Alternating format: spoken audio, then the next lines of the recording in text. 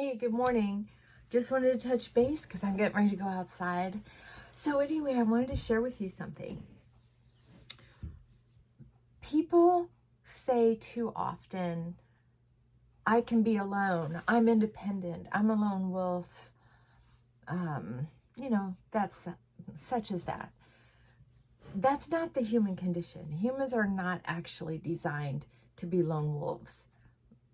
And matter of fact, wolves aren't even designed to be lone wolves. Sorry, from what I understand. Um, anyway, the reason I mention this is because there was a time before COVID that BC that I considered having a podcast or a YouTube channel to share mental health information. And I changed my mind because I decided at my age and with everything else I have going on, I have a very full schedule and a lot of responsibility. So I love that for the most part. But I started using the YouTube channel as like a personal journal, like a diary. And I didn't tell anybody about it. I guess I was kind of hoping that someone who was older, older women who were also a little lonely would find me and maybe start conversations. And it's finally happening. I'm finally getting some females who are have things in common with me that are reaching out. Sweet. I'm so glad. Thank you so much. And one of the ladies, I wanted to mention Rose.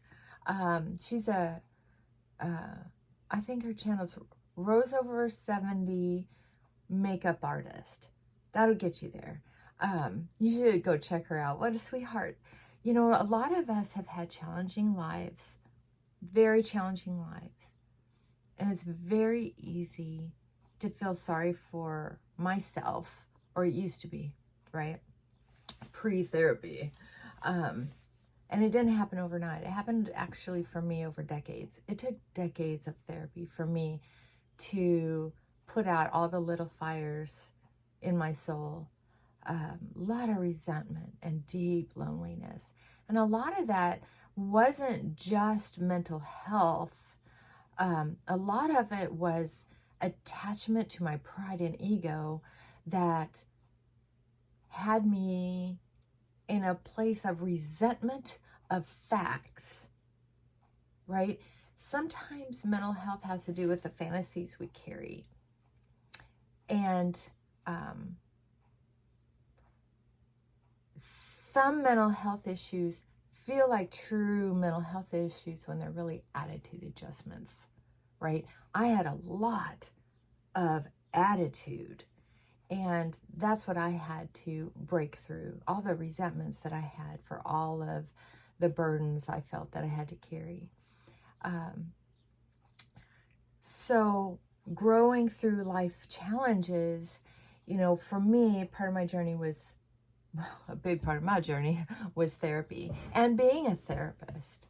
That happens to be one of the things I do very well. It's kind of stunning, and I'm so grateful for it. It doesn't make sense that I should be so good at it with the struggles that I had, but I guess I have a deep understanding, and people can kind of tell that. And I'm honest.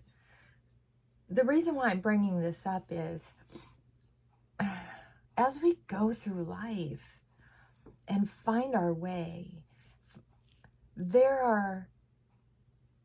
sometimes it's hard to connect with others, even though that's what our soul needs. Humans need to connect with other humans. So even though there's differences, like for instance, Rose, her journey is much different than mine. But isn't it interesting that as a human, and as some of the pain, some of the anguish, some of the feeling of challenge, not the challenges, but the feelings of the challenges. I'm wondering if she and I aren't a lot alike, in a good way. And I want you to ask yourself, are there some people that, that you might consider communicating with for your own mental health, for your own soul health? And let go that there might be some differences that are big, and simply give a little conversation a chance, because you connect in a deeper way, right? Their pain may not be the same as my pain. Their wins may not be the same as my wins, but they might feel the same, right? Yeah, that's how we connect as a human to human. So when we have these attachment style challenges, or moral challenges, try to recognize that you're not alone. You're not alone. And try to make an effort to connect. Not often, not every day, but just a little bit. Just a little bit. Feeling alone is different than being alone. Like, I enjoy my alone time. Don't get me wrong. But on a deeper level, if I have some connections here and there, and sweet connections here and there, it makes my alone time even better, right? We do things like put on makeup to help us feel better, to help us feel more accepted, to help us feel that we're putting out a vibe that helps other people around us feel better and more accepting and more encouraging. It's a loop. We put out what we get back. We weren't able to do that as kids for whatever reason. For whatever reason. Some of us as kids, or in our early 20s, in our first relationships, and then however they progressed, or our career, sometimes we truly were alone. Sometimes we truly were bullied. But as we get older, we do have more control.